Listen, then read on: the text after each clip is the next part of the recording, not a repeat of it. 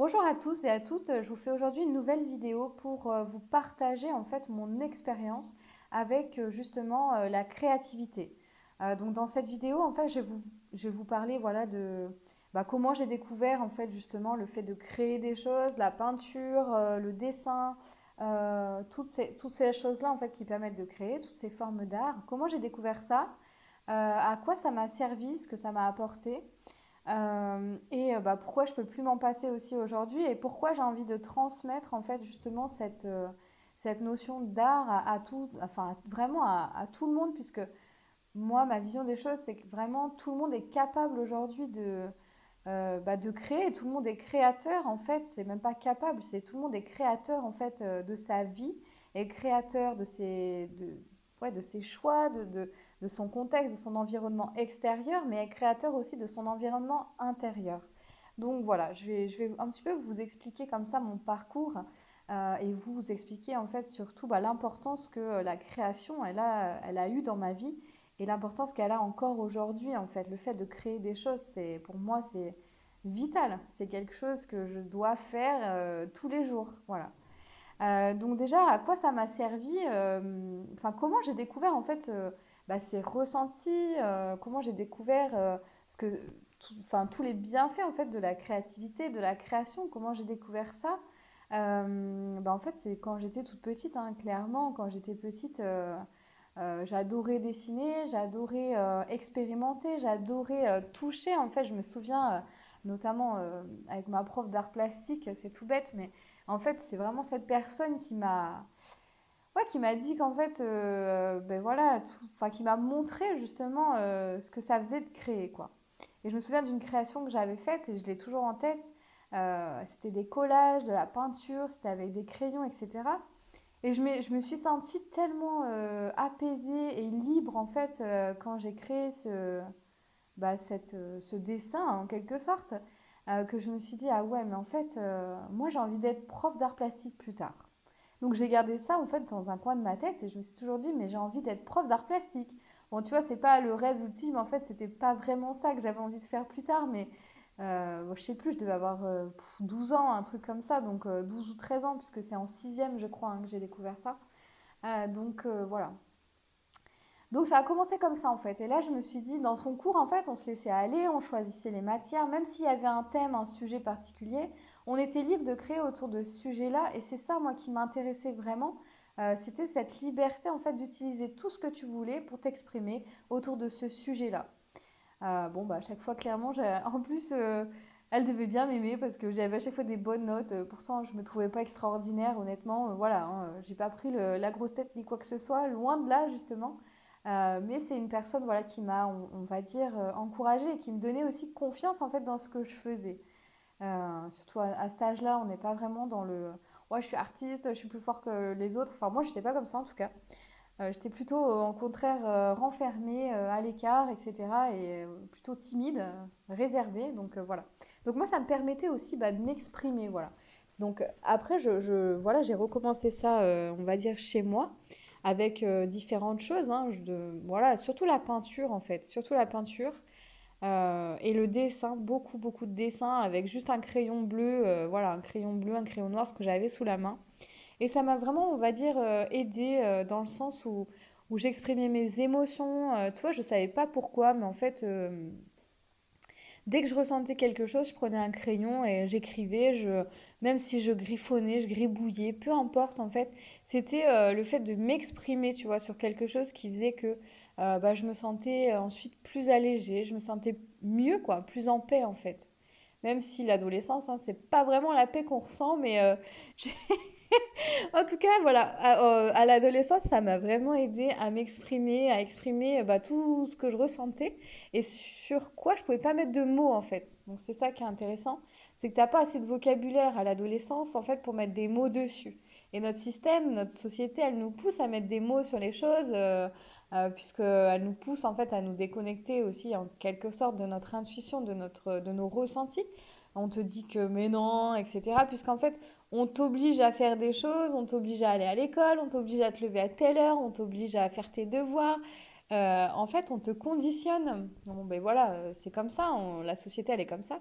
On te conditionne, donc si tu veux, on t'enferme un petit peu, puis du coup, petit à petit, quand on grandit, on se déconnecte vraiment de notre intuition. Et ensuite, bah, plus on évolue, en quelque sorte, plus il y a des choses aussi qui nous reconnectent à notre intuition. On a des personnes comme ça qu'on rencontre, on a des événements qui nous reconnectent vraiment avec notre intuition. Mais on va dire qu'au départ, c'est un peu, enfin moi c'était mal barré, donc je te parle vraiment de mon expérience là-dessus. Et c'est vraiment en ça que ça m'a aidé de toujours créer. Et c'est quelque chose que j'ai gardé parce qu'en fait j'adorais faire ça. J'adorais faire ça, c'était bizarre. J'adorais faire ça, donc du coup c'est vraiment quelque chose que j'ai gardé. Alors, que j'ai gardé en moi, en fait, pendant quelques temps, parce que, tu vois, ensuite, je suis allée à l'université, etc. Bon, peu importe.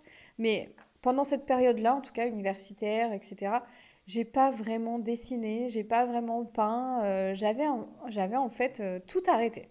J'avais tout arrêté parce que là, bah, pendant cette période-là, j'étais un peu plus dans un autre délire, de m'amuser, de profiter, etc. Donc, j'avais vraiment tout arrêté.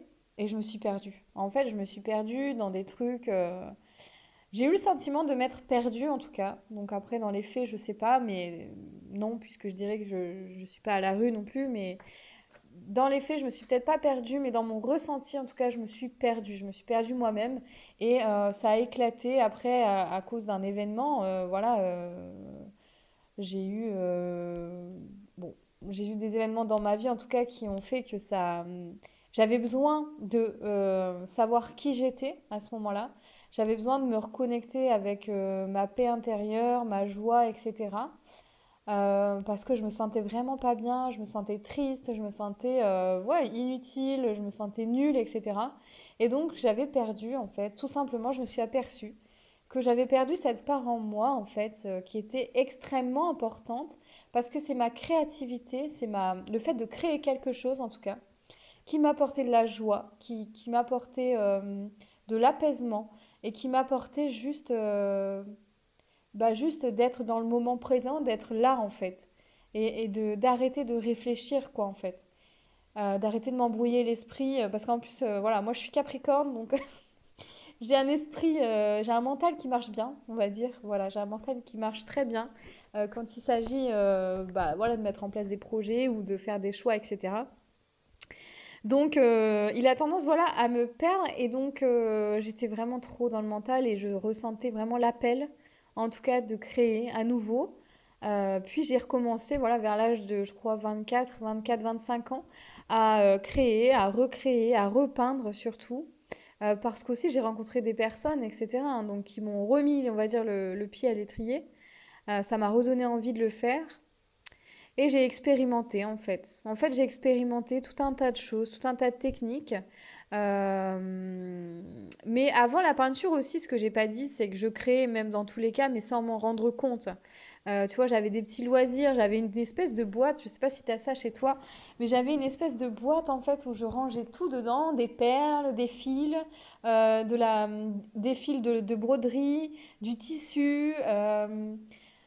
Je rangeais en fait tout un tas de fournitures que j'achetais au fur et à mesure pour justement toujours créer, mais en fait je ne me rendais pas vraiment compte que je créais tout le temps en fait.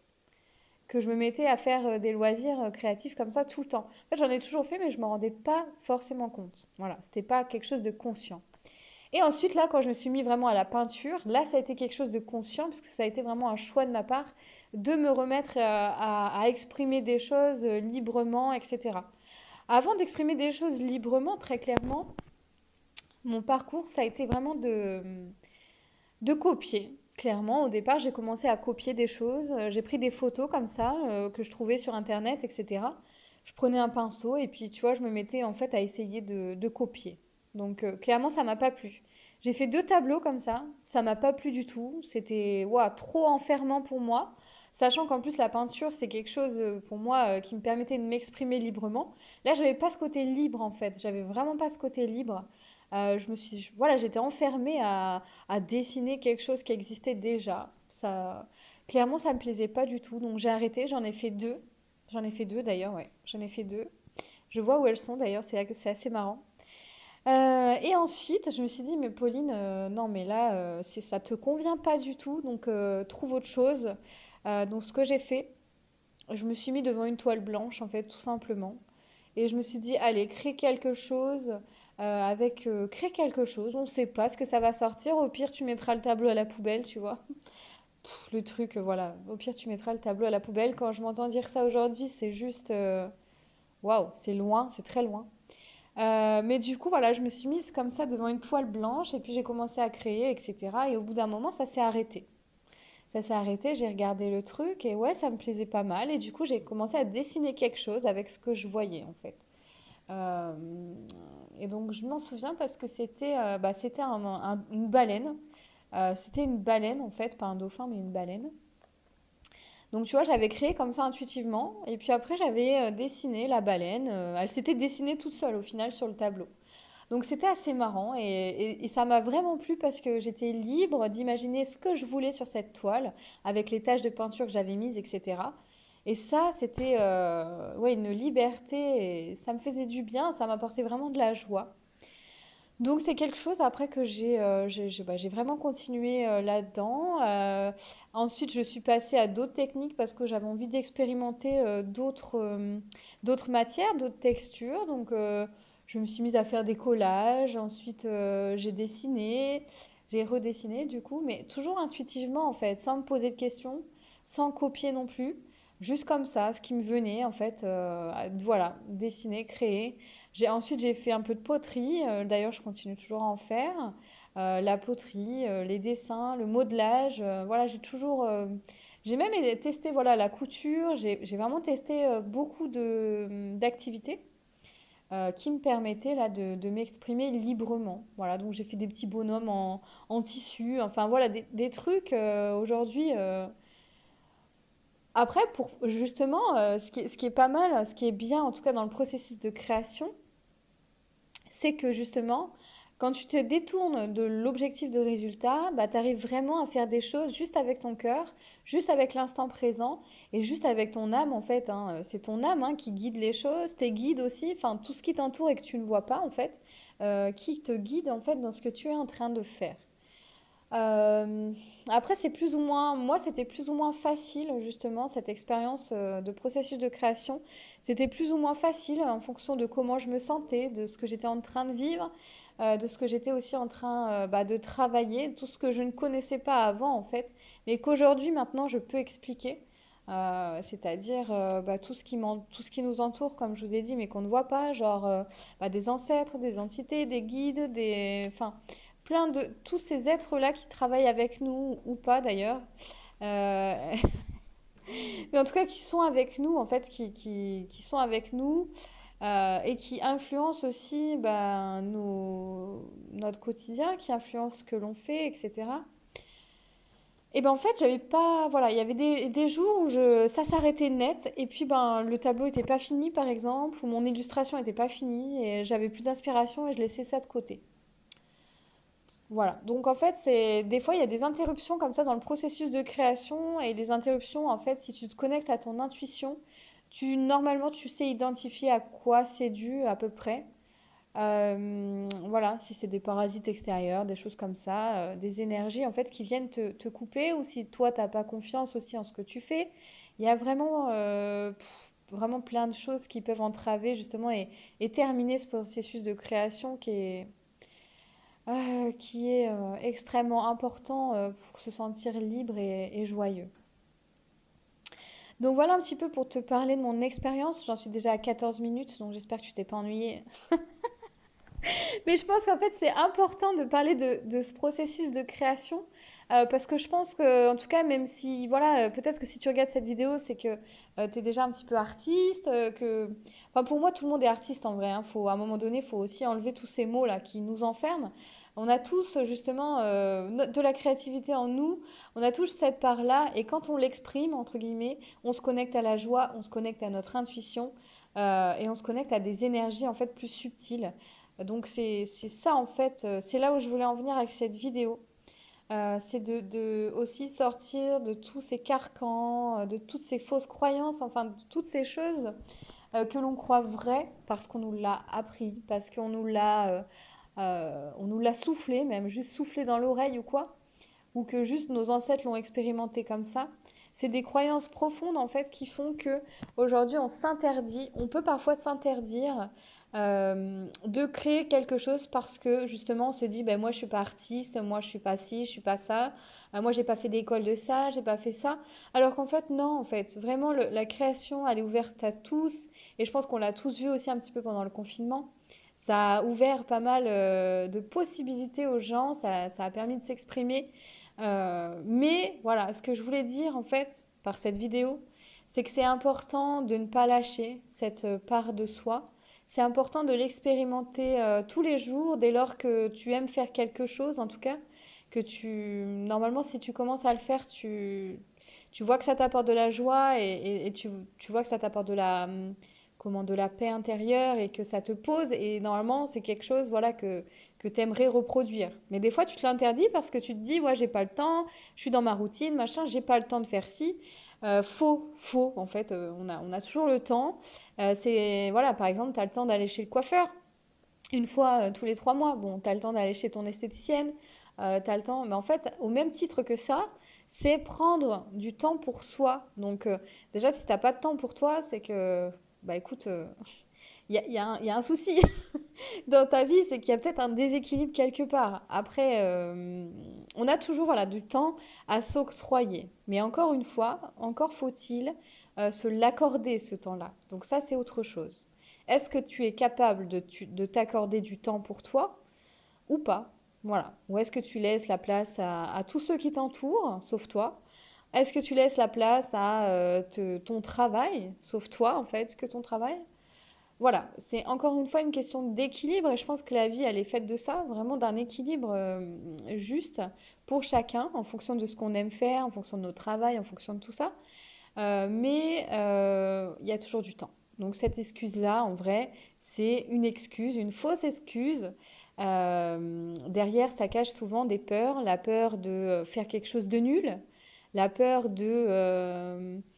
en fait, c'est vraiment la peur de se juger soi-même, hein, parce que tu as l'impression que les autres vont te juger, mais en fait, c'est déjà toi qui te juges très durement aussi quand tu fais quelque chose. Donc, c'est la peur de, voilà, je vais faire ça, mais ça se trouve, je vais perdre mon temps parce que ça va être nul, ou je vais perdre mon temps, etc. Bon, bah déjà, voilà. Lance-toi. Moi, ce que j'encourage vraiment les gens à faire, et notamment dans mes séances d'expression créative, c'est vraiment comment? De vraiment avoir ça, si tu peux le faire tous les jours, fais-le tous les jours parce que pour exprimer ses émotions, pour se décharger de la journée, juste pour lâcher prise, c'est un outil extrêmement magique en fait de créer quelque chose. Peu importe avec quoi en fait, hein. Mais de créer quelque chose, c'est magique et c'est vraiment quelque chose qui te permet de lâcher prise en fait. Et plus tu vas le faire, voilà, c'est la répétition en fait de cette création plus tu vas solliciter ta créativité, tous les jours comme ça, ou tous les 2 jours, ou tous les 3 jours, mais le plus souvent possible est le mieux, et bien plus tu vas te connecter ici à ta joie intérieure, ta paix intérieure, et plus tu vas savoir ce qui est juste pour toi en fait dans ta vie. Ce que tu aimes faire, ce que tu aimes pas faire, ce que tu as envie de garder, ce que tu as envie d'épurer, on va dire. Mais plus ça va te donner en fait une direction juste et alignée avec ton âme, avec ton essence, avec qui tu es vraiment à l'intérieur de toi. Donc c'est vraiment un outil puissant pour faire ça. C'est pas juste du dessin, c'est pas juste des gribouillis, c'est pas juste. On s'en fout de tout ça. À la limite, on s'en fout même de ce que ça devient. C'est-à-dire ce que ça devient. Si ça devient un truc que tu accroches chez toi, tant mieux. Mais c'est pas l'objectif, c'est pas le. Si ça devient quelque chose qu'après tu vends, etc., tant mieux. Ou voilà, si c'est aligné avec toi encore une fois, et si c'est juste pour toi, tant mieux. Sinon, vraiment, c'est pas une fin en soi. Je t'invite vraiment à expérimenter tout un tas d'outils parce qu'aujourd'hui, vraiment, on a vraiment tout un tas d'outils pour créer, pour expérimenter la création. On a tout un tas d'outils. Donc, on a la sculpture, on a la peinture, on a les encres, on a les crayons de couleur, on a les aquarelles, on a les feutres, on a même un crayon, un stylo bic bleu, on a des ciseaux pour découper, on a de la colle, On a plein de... Comment? On a de la sculpture, je l'ai dit, je crois. On a des procédés photographiques comme les cyanotypes, on a la peinture sur tissu, la peinture sur verre, la peinture sur tout ce que tu veux. On a même, tu peux même faire une fresque chez toi. Enfin bref, en fait, il y a tellement de choses pour exprimer ta créativité que tu ne peux pas avoir d'excuses pour ne pas le faire. Voilà. Voilà, donc exprime-toi à travers ça parce que voilà, moi pour te dire, j'encourage vraiment les gens à le faire. Et du coup, j'ai créé ma méthode aussi là-dessus.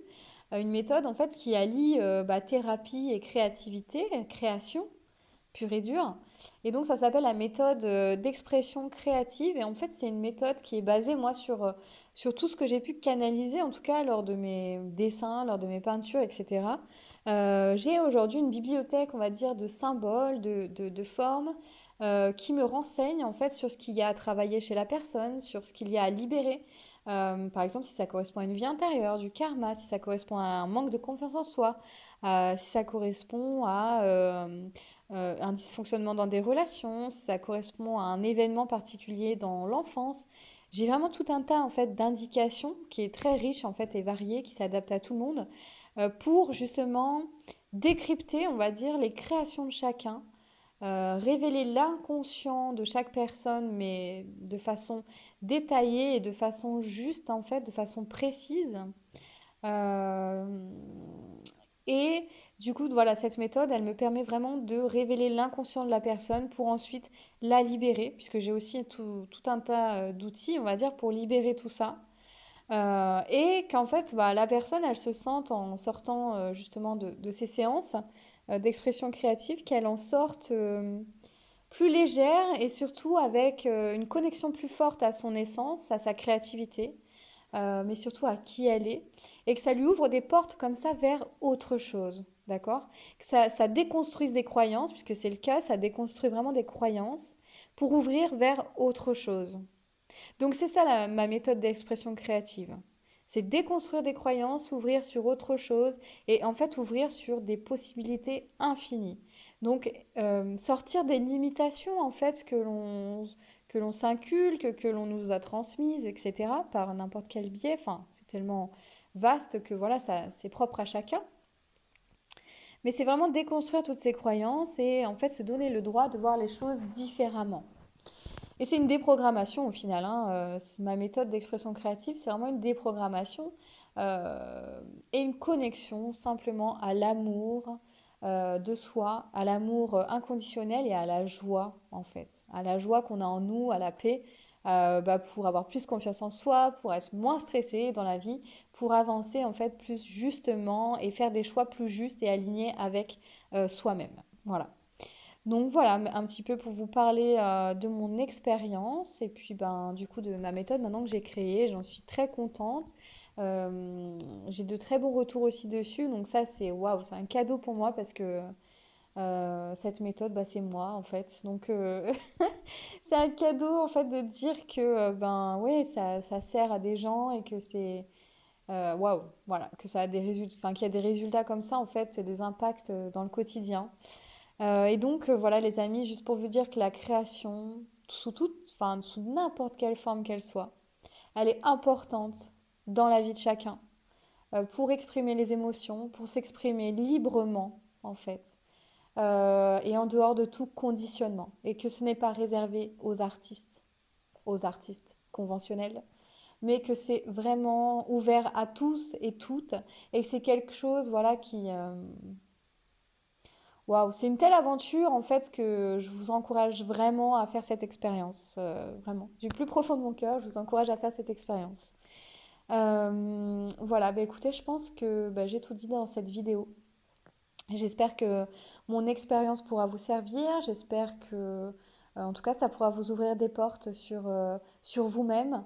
Bah, n'hésitez pas parce que sur ma chaîne, je publie aussi des vidéos créatives, notamment sur des techniques, enfin des outils à utiliser, tu vois, comme la sculpture, l'encre, la peinture sur tissu, la peinture intuitive, toutes ces choses-là. Donc n'hésite pas à parcourir ma chaîne, tu pourras peut-être trouver une vidéo qui te correspond avec une activité qui va t'appeler. Voilà. Après, il y a plein d'autres personnes aussi qui font ça très bien sur YouTube. Mais sache que voilà, j'ai des vidéos comme celle-ci que tu pourras trouver sur ma chaîne. Et puis, bah, je vais mettre le lien de mon site internet dans la barre d'infos si jamais du coup tu es intéressé pour faire une séance d'expression créative avec moi.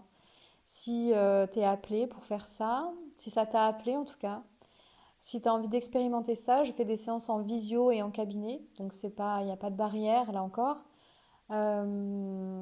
Donc, bah, je te mettrai le lien de mon site internet et tu peux réserver, enfin, faire une demande de réservation directement sur mon site internet. Les séances en fait sont en paiement libre. C'est quelque chose aussi qui me tenait à cœur vraiment pour que ce soit accessible à tout le monde.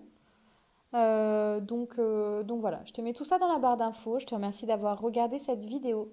Si ça t'intéresse, n'hésite pas à t'abonner à ma chaîne, à cliquer sur la cloche pour recevoir les notifications lorsque je posterai de nouvelles vidéos. Et puis bah, je te dis à très bientôt et je te fais des gros bisous. Bisous!